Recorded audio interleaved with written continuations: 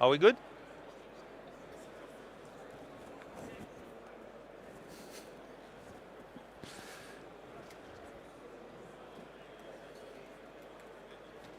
Parti.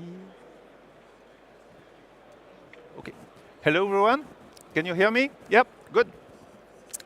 My name is Alexandre Fayol. I work at Camp2Camp. We have a booth over there. We can have a talk afterwards if you want. There's a link to a pad for questions. So write your questions on the pad, and then they will be relayed to me at the end of the talk. We will be speaking today about database locks in Odoo, and especially dealing with a topic which is the transaction isolation level, which is used in Odoo, which is not the default one, and the consequences this has on your operations. First, general advice I would like to give to you is don't lock. Okay, normally you don't have to use any locks in Odoo. As an example, in the code, the core of Odoo, the Odoo core, there are two places where explicit locks are used. That's the handling of quants and the crons, the scheduled actions. Odoo takes care of a lot of things for you, and you don't normally have to lock. It will create one SQL transaction for you for each incoming HTTP request, and it will manage retries in case of concurrent access issues. Okay. And also, the PostgreSQL database has very powerful tools and handles the consistency of your data for you. What are transaction isolation levels? These were defined a long time ago, before I even started computers, by the American National Standard Institute, or ANSI, okay, and that predates actually the relational database paradigm, so it's super old.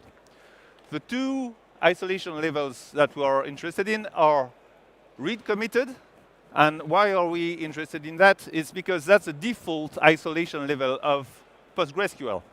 Okay, so if you are used to working with PostgreSQL, you're probably used to the read committed isolation level.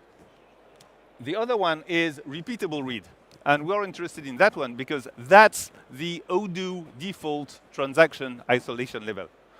So first thing, if you want to try things regarding locks, etc., using a PSQL prompt, you have to switch to using repeatable read.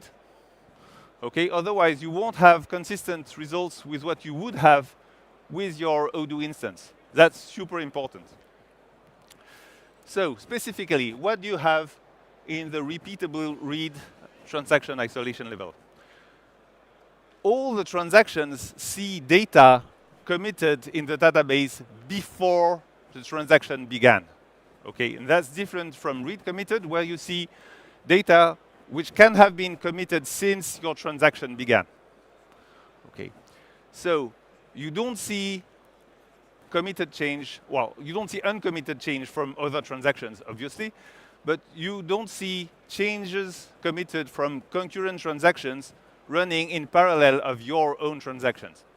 And of course, you see your own transactions uncommitted data.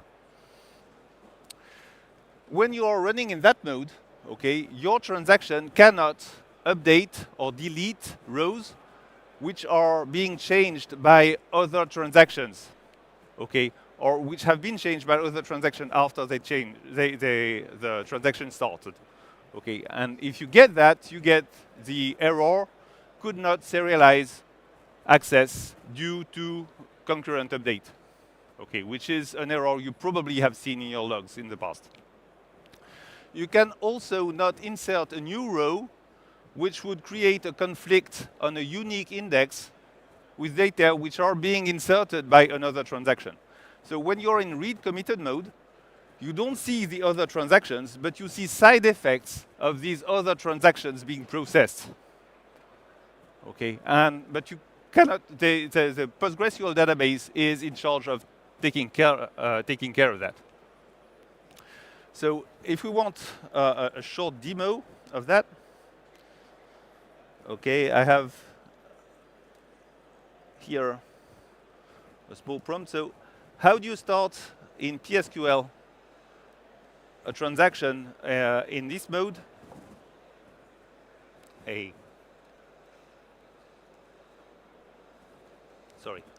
use begin transaction isolation level repeatable read. Okay, and then you can update a record.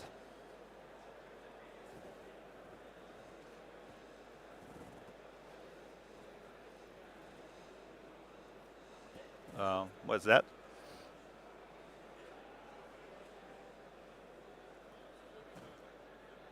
Okay.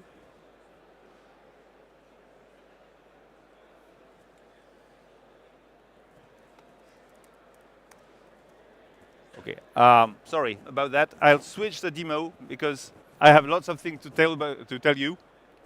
But you want to test that, and you'll get the transaction isolation issue. So what happens when you get one of these errors in Odoo? Odoo handles these errors. Okay, if you don't catch the exception, so this, you get an exception from PostgreSQL, PsychoPG, and then to your code. If you don't handle the exception yourself, Odoo will handle it for you, and it will handle it by retrying, processing the HTTP request, okay, which created the transaction. And Odoo will retry it up to 5 times, adding a delay which gets longer between each retries. So normally, the idea is this gets processed and handled transparently for your users. Okay, they will experience an unusual delay, but they don't have to click again on a button, unless the 5th attempt fails. Okay, and unless, of course, this could mean that you have a systemic issue. Okay, your design of your application is causing these concurrent accesses. Okay, so if this is what you have, okay, serialization errors all over the place and angry users coming after you with pitchforks and torches, okay, then maybe you can consider using explicit locking. So how does this work, and what can you achieve? Keep in mind, if you are using the read committed isolation level, it's a bit different from the default isolation level in PostgreSQL. Okay. What you have to do is obtain a lock before updating or deleting rows. And ideally, you would have to obtain that lock in all the methods which are going to update the data which is causing the concurrent access. Other transactions trying to acquire the lock will have to wait until it's released. Okay, and that's typically committing or rolling back the transaction to be able to update and delete the rows, or to be able to take the lock themselves. Okay, and therefore you are going to be able to achieve a serialization of the operations. The important bit here is that actually you will wait, and if your transaction is waiting on a row and another transaction is updating that row and commits, acquiring the lock is going to fail. Okay, so how do you obtain the lock? The syntax in SQL is select whatever you want from whatever table with whatever condition you want for update. There are actually a few variants of that. That's fine-grained control of the locking level. I won't deal with that here. You can check the documentation. When you issue that query, okay, another transaction issuing the same query on the same rows will be blocked until your transaction commits or rolls back. If your transaction commits, okay, then the other transaction waiting for the locks will get a serialization error. So you have to be prepared for that. Okay, that's not what you would expect and what you get in a normal prompt in PSQL. In PSQL, you get freed, you get the lock, so the other transaction gets the lock and can move on. here you get the error. If you do nothing, Odoo will handle it for you, as mentioned before, by retrying the action. And that's fine, because this will be normally a normal and controlled retry. Okay? And what you're saving is resources. Okay? Because instead of having two concurrent workers working on the same rows, and one of them getting thrown out with an exception at the end when it tries to commit, okay, you get the second worker blocked at the beginning and doing nothing, okay, not updating thousands of rows in the database, and then he gets the exception when the lock is released, and you get a retry. So you've saved resources, CPU and memory, and on your cluster, which is already super precious. Okay. Of course, you need to be consistent, because if there's one place where you can go through without going through the lock, the select for update in the first place, then you've lost the benefit of saving resources on your computer. There's a variant of select for update, that's select for update no wait. Select for update no wait locks if the rows are not already locked, okay, and it will raise an error immediately if another transaction has locked the rows before. Okay, and that's can be a better solution in some cases where you want to be able to do stuff in case the rows are already locked. So if you get the error, you have to roll back or to roll back to a save point, okay, because your cursor is currently not usable anymore. So how do you use that in your code? You have to import the correct exception class from PsychoPG, okay? And here, that's a simple dumbed down code, of course, but you can have a try except block. In the try except block, you use with self.env.cursor.savePoint. You lock whatever rows you want for update no wait. Okay, if this succeeds, it means the lock was free, the rows were not locked already, and you can perform whatever task you need on these. If not, this raises an exception. The SavePoint context manager is going to roll back to SavePoint. So you get back to the previous state. You have, again, a usable cursor, and you can do stuff. Here I'm doing a dumb stuff, which is raising a user error to say, tell the user to try again later, okay, which is what you get when you try to install a module when there's a cron running. But you could do other stuff here, including your own retry management without a delay or with a different delay policy from what Odoo is doing. Okay, here's a not so hypothetical case. It happened to me on a project a few months ago. Okay, you are interfacing with an external e-commerce website, and there's a web API which has been defined using whatever the e-commerce website is able to use. So they were sending add product with a name of the sale order and a product information, product name, quantity, whatever, and a confirm order message. Okay. And everything went fine during testing, and it started failing at go live. Because what happened at go live, we found out that the web service, the e-commerce website, was not waiting until the HTTP requests they were making had finished to send the others. Okay, they were using some kind of RabbitMQ or something and sending orders, requests at a high rate. So sometimes we got a confirm order before we had finished processing add product. Confirm order was super fast and it went first, confirming the order. And then the add product was slower and it got the exception, a retry, but now the order was in a confirmed state and we had a disconnection between the two systems, which was bad. So a solution for that is to lock the sale order table, to select for update where name equals order name, in both methods. Okay, and you do that at the start of the transaction, and then the sale order row is locked by whichever message has taken the lock first. The other one has a serialization error when the lock gets freed, and it gets retried.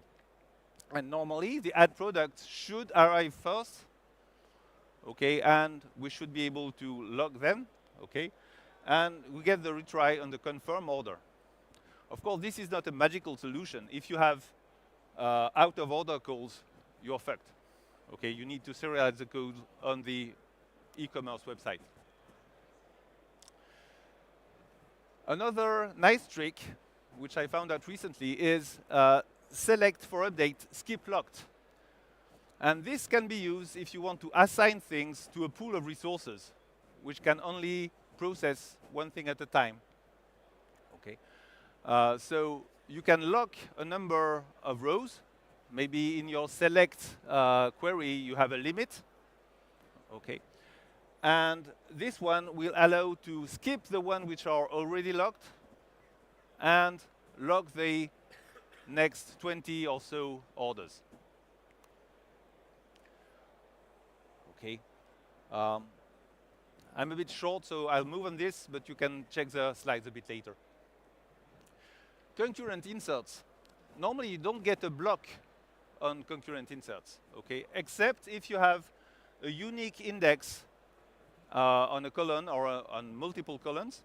And this is something you may want to use to ensure unicity in your inserts. But inserting, as we'll see a bit later, has a better use in our case because it is normally not subject to concurrent access issues. Also, if you want to try an upsert strategy with this transaction isolation level, you can't. Because you have to check first if the row exists, and then you have a race condition. So don't try to do that, it won't work. All in all, if you are working with custom code, be super careful about long transactions. Okay, long batches, which are touching many rows, they, by design, have good chances of producing locks and disrupt your flow and your processing in your database. Okay, especially if you're creating rows on a table which has a unique constraint. Okay, you may be preventing users using the interactive web interface from creating rows themselves. They will be blocked by the locks which are created by the unique constraint. So, as much as possible, split these rows, these long transactions, by managing your own cursor. Okay, and if you can't do that, you may want to use a lock to ensure that the process cannot start twice in parallel. But the locks we've seen so far, you need a row to lock on. You don't always have that. So there's one cool trick in PostgreSQL that's called advisory locks. Advisory locks is something that is not related to a record. So you have to pass an integer or two integers, okay, to define a lock. And you have functions, okay, PG advisory exact. Exact is transaction in shortened version. Transaction lock, okay, and try advisory transaction lock, which will lock or try to lock. And that second one, the try advisory transaction lock, doesn't raise if the lock cannot be taken. It returns false. So that's a little bit nicer when using. You don't have to roll back to save point, but you have to be careful and possibly use context managers that you defined.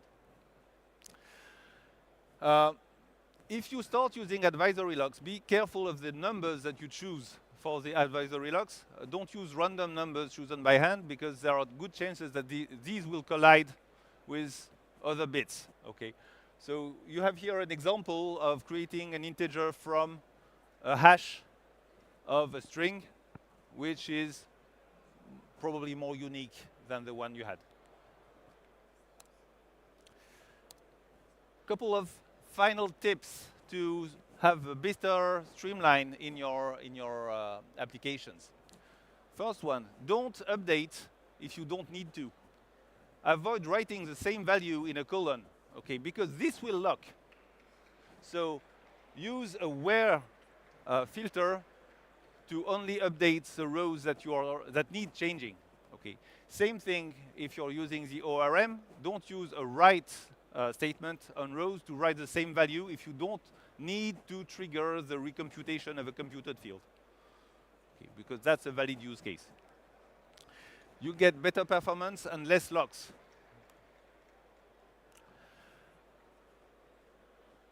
Final tip, and that's a much larger design tip for your application. If you start having lots of concurrent access, like we mentioned, you need to change the strategy of your application. And using queues is a good way of doing that. So if you're interfacing with an external system, insert rows in a table. Okay, inserting rows is never going to block you unless you have unicity constraints, but you can avoid that. And then you have events, and you set up a different system to process the events. Okay, it can be a scheduled action, or it can be a queue job. Okay, using the OCA add-on queue job, which is a great add-on, and I recommend you learn how to use it if you don't do it already. This is meant to process millions of rows in a sequence, and you can control the parallel level of the processing. Where can you learn more? This is a very shortened version, okay, but chapter 13 of the PostgreSQL manual gives you all the information you want about concurrency control, okay, and isolation levels. And chapter 9 has a section about advisory locks, explaining lots of things. And here you have the link to OCA queue jobs. I think I'm done. Do we have questions? Maybe I can read the question and then you repeat them Yep. on the micro so that they Of course. hear it. So first question was how to get multi-cursor, multi-threading environments since the environment management is depreciated. So multi-cursor, that's so question, how to get multi-cursor, multi-threading environment since the environment manage is deprecated? I don't know off the top of my head. I'm sorry about that. Normally creating a new cursor that's supported, and you'll get example of that in the Odoo source code. Multi-threading in your own code is not something I would recommend. It's a bit dangerous, and I'm not sure that the environment and the ORM method of Odoo are thread safe. So you're walking on very thin ice if you're going that path. I'm interested in your findings. That's the only question, but of course I invite everyone have, to pad write down the here. questions in via this pad. So you just open your navigator, click on this link, and write down the questions. Or you can you can come to us if you have any questions. Yep. And if you don't have time to write questions here, please, I'm on the Chem2Chem booth. I'll be there at 1 p.m. So come and we can have a talk, of course. Thank you. Thank you. Thank you very much. Thank you, everyone. Je touche à rien au micro.